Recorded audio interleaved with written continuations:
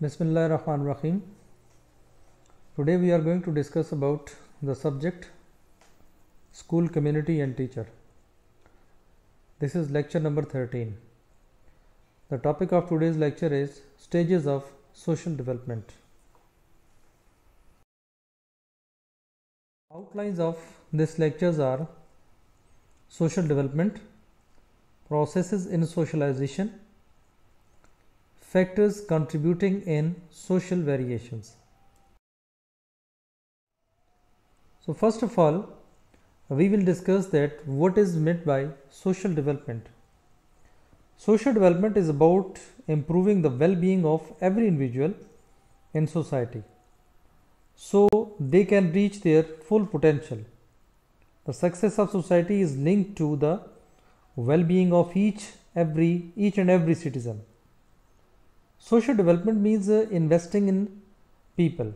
It requires the removal of barriers so that all citizens can journey toward their dreams with confidence and dignity.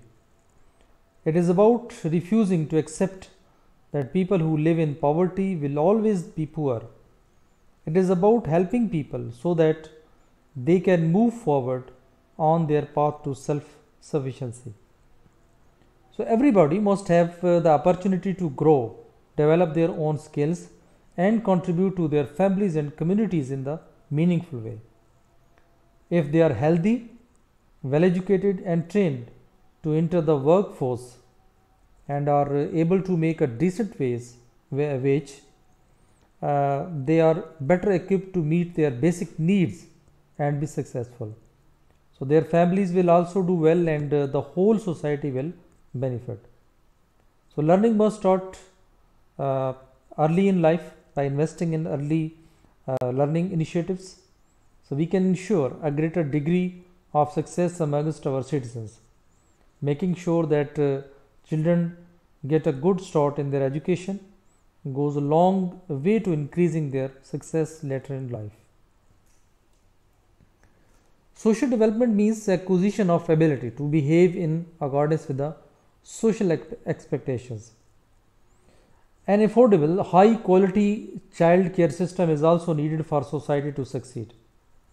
So when people know that their children are well-being, taken care of, they can be more productive in their jobs. So when employers have good employees, their business is more likely to succeed.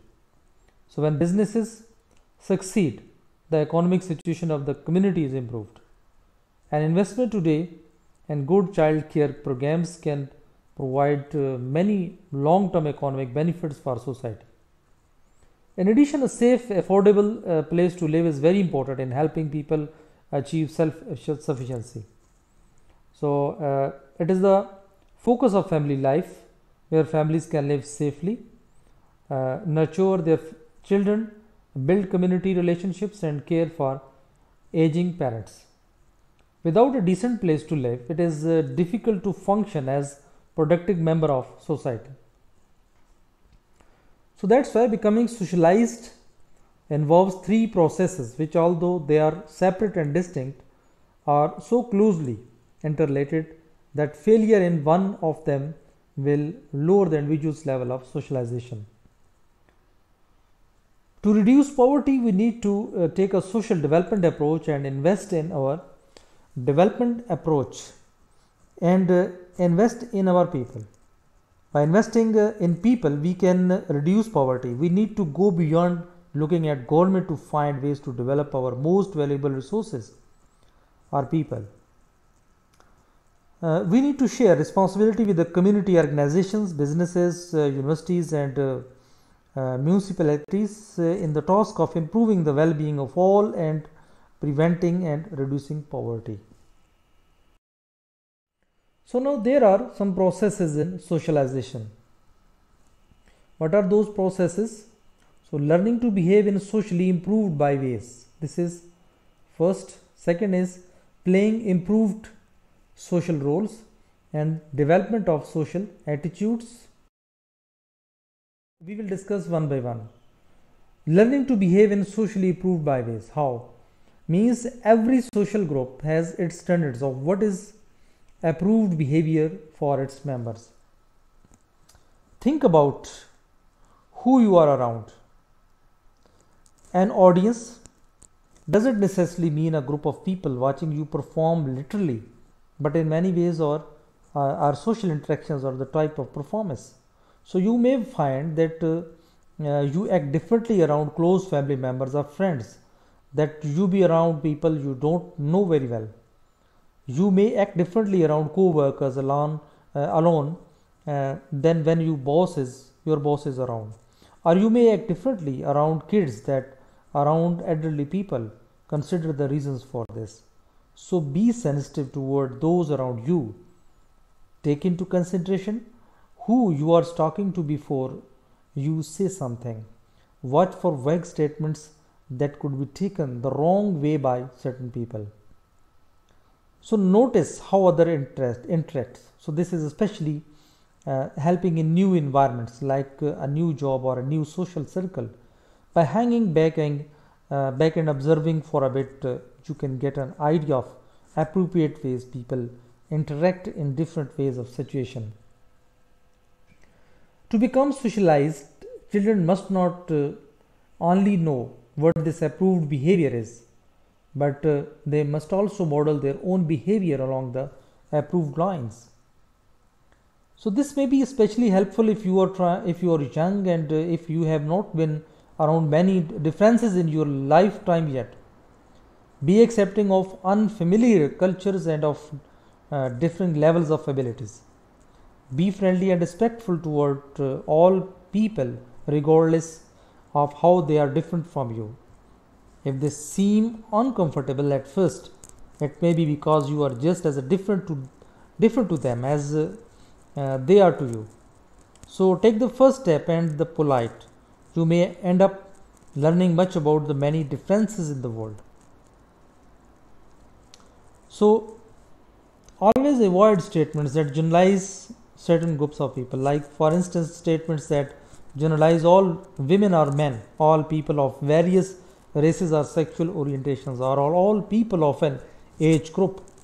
So stereotyping or making racist or sexist comment can be quite offensive even if you are talking to a group that doesn't include the people you are commenting on. Always read social cues. Social cues are the things we pick up on from others that they haven't directly told us. For example, you are busily working on the project and someone approaches you to talk. So you quickly acknowledge them but then continue working. If they continue trying to have a conversation with you, so they have not read your social cue, so which is that you are too busy right now to talk. Then the second thing is playing approved social roles. What does it mean? It means that every social group has its own patterns of customary behavior that are carefully defined and are expected by members of the group. So there are a number of ways in which we socially construct the world around us. In other words, we use our social interactions with others to make sense of and give purposes to our lives. So one way in which we do this is to create social structures that give us cues for how to behave. So statuses and roles are two of these structures. So we previously discussed statuses in depth. So a social role defines it is a set of behaviors that are expected of someone who holds a particular status. So it is easy to confuse a status and role, but the basic difference between them is that we occupy a status and play a role. So every status has an expected set of behaviors and a role. A woman becomes a mother when she has a child and so occupies the status of mother. So she is expected to also play the role of mothers by caring for and loving her children, among other things.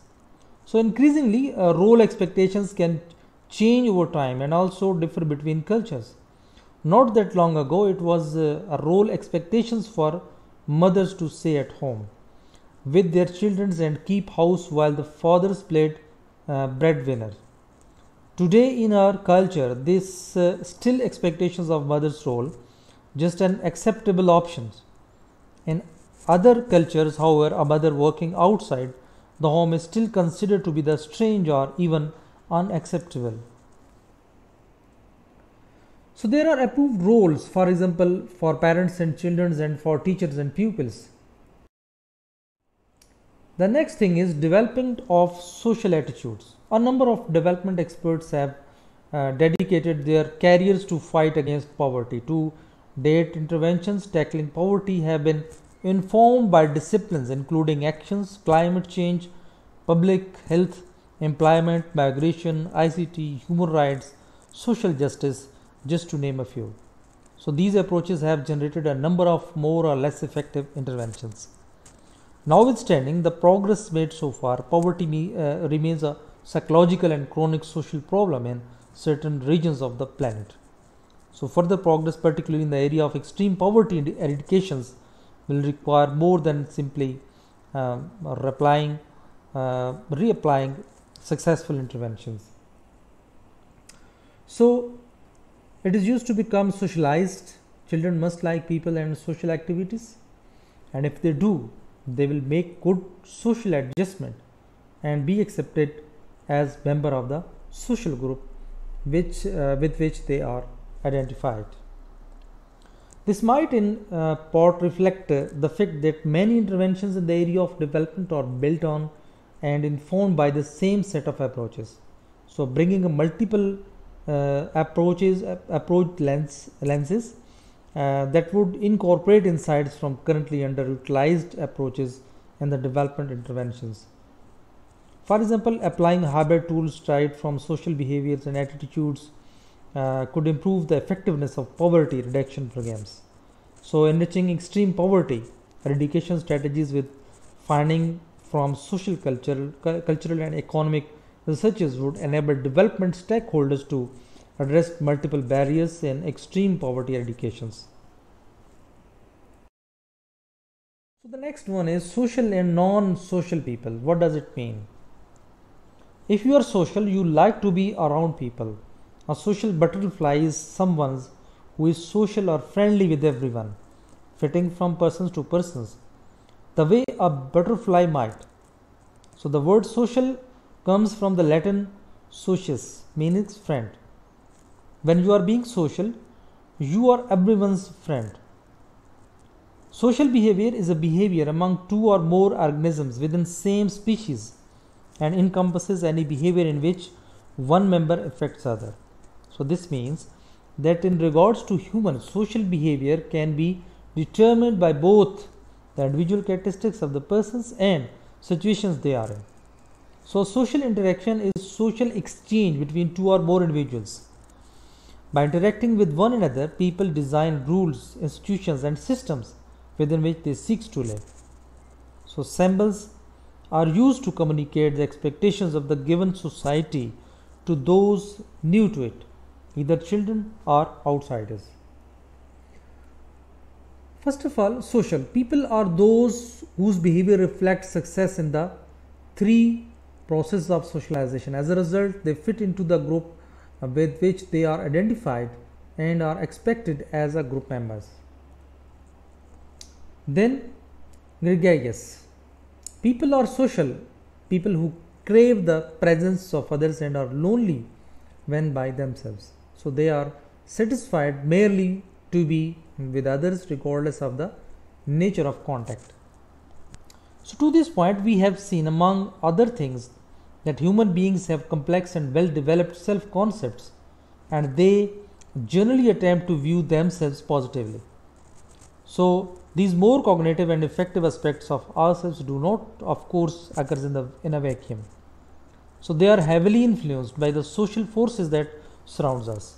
So we have alluded to some of these forces already. For example, in our review of self-verification theory, we saw how feedback from others can affect our self-concept and esteem. So we also looked at ways that our socio-cultural backgrounds can affect the contents of our self-concept. Then non-social. Non-social means people are those whose behavior does not reflect success in three processes that characterize as social persons. And who are unsocial people are non-social people who are ignorant of what the social group expect, and as a result behave in a manner that falls short of social expectations. Because of this, they are not accepted by the group and forced to spend too much of their time in solitude. The next one is antisocial. What type of people are these? People are non-social people who know what are the group expect, but because of antagonistic attitudes toward people, so they violate the group mores. As a result, they are neglected or rejected by the groups. Then factors contributing to variation in social group influences. So what are those factors? These factors are acceptability to the groups, means you are being accepted by the groups. Then securities of status. Definitely if you join some group, so you want that there should be a security of your status. Then types of group, what type of group that you are joining, and different members of the group. So personality, definitely it also matters. Affiliation motives, this is also one of the factor contributing to variation in social group influence. Social behavior. A major aspect of social behavior is communication, which is the basis for survival and reproduction. So social behavior is said to be determined by two different processes that can either work together or oppose one another. So the dual system model of reflecting and impulsive determinants of social behavior came out of the realization that behavior cannot just be determined by one single factor. So instead, behavior can arise by those consciously behaving, means where there is an awareness and intent, or by pure impulse. So these factors that determines behavior can work in different situations and moments, and can even oppose one another. So while at times one can behave with a specific goal in mind, other times they can behave without rational control and driven by impulse instead. So during the first month or two of the life, they merely respond to stimuli in their environment, regardless of whether these stimuli comes from people or objects. They do not, for example, distinguish clearly between people's voices and other noises. So socialization in the form of gregarious behavior begins around third month, when babies can distinguish between people and objects in their environment, and when they respond differently to them. So this is what these are the different stages when the social behavior begins. Social development in early childhood. It refers to the process by which a child learns to interact with others around them. As they develop and perceive their own individuality within their community, they also gain skills to communicate with other people and processes their actions. So from 2 to 6 years, children learns how to make social contact and how to get along with the people outside the home, especially children of their own age, and they learn to adapt themselves to other and how to cooperate in play activities. And in this stage, early childhood is often called a pre-gang age. Then relations with adults. This is another stage. Young children spend less time with adults and derive less enjoyment from being with them. At the same time, their interest in playmates of their own age increases, and the enjoyment from being with them gets stronger. So, and the relation with other children, this begins before the age of 2 years, and young children engage in solitary or parallel play. Their contacts consist primarily of imitating or watching one another, or to attempting to take one's other styles. Then behavior patterns in social situations during early childhood. This is that Normally, there must be a cooperation, rivalry, and generosity, desire for social approval, sympathy, and empathy. Then dependency, this is the factor involving in early childhood. Friendliness, use, unselfishness, then imitation and attachment behavior. Then negativism also, this is a behavioral pattern. Aggression seems from the personality of human beings. Quarreling, teasing and bullying, ascendant behavior, egocentrism, prejudice, and sex antagonisms. Then there are some factors in social development in the late childhood. Upon beginning schools, children enter the gang age, means an age when social consciousness develop rapidly, and children becomes member of peer groups which will gradually replace the family in its influences over their attitudes. And so there are some characteristics of children's gangs, like gangs identify themselves by name, many of which are taken from the street or neighborhood where the members live, or from popular books, comics, or movies. So gang members use secret signals, password, communication codes, or private language to maintain their secrecy. So childhood gangs often use insignia, caps, armbands, or other decorations to identify their members. There are some other characteristics, like gangs sometimes have initiations ceremonies to test a new member's skills or physical endurance, to create loyalty within the group and to make each member feel important because of being accepted. And the preferred meeting place of gang minimizes adult interferences and maximize opportunities for favored gang activities. Girls usually meet close to the home, while boys meet as far from home as possible.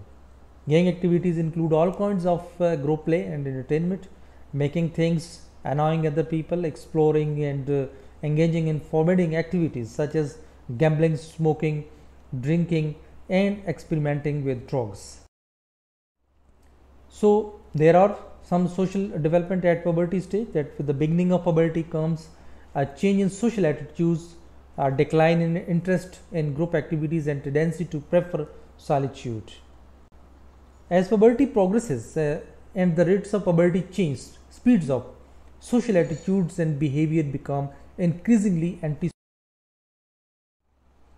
So pubescent children sometimes have an antagonistic attitudes toward everyone, so they go around with chips on their shoulder and snares on their faces. Then pubescents are even more aggressive than preschoolers, instigating fight with peers and criticizing, arguing and finding fault with almost everything adults do. So pubescents quarrel over the most trivial matters and pick fights with members of their gangs, criticizing whatever they do and delighting in hurting their feelings. As a result, many long-standing friendships are broken. So according to the pubescent children, social activities bore them, especially families gathering and holidays. Pubescents spend much of their time in isolation, engaging in daydreams in which they play the role of martyrs, or thinking about sex, exploring the genital organs, and masturbating. And then pubescent children intentionally refuse to communicate with others except when necessary. So when questions, they shut out other people by answering, "I can't remember," or "I don't know." So pubescent are often shy in presence of all people, not only strangers. Their shyness stems from anxiety over how others judge their changing bodies. And so there are some hurdles in social development, like social deprivation, too much social participation, and over dependency, over conformity, and non-conformity, and prejudice. So these are some hurdles in social development, puberty, anti. So this was all about this lecture. Thank you very much for being with me. Stay blessed. Allah Hafiz.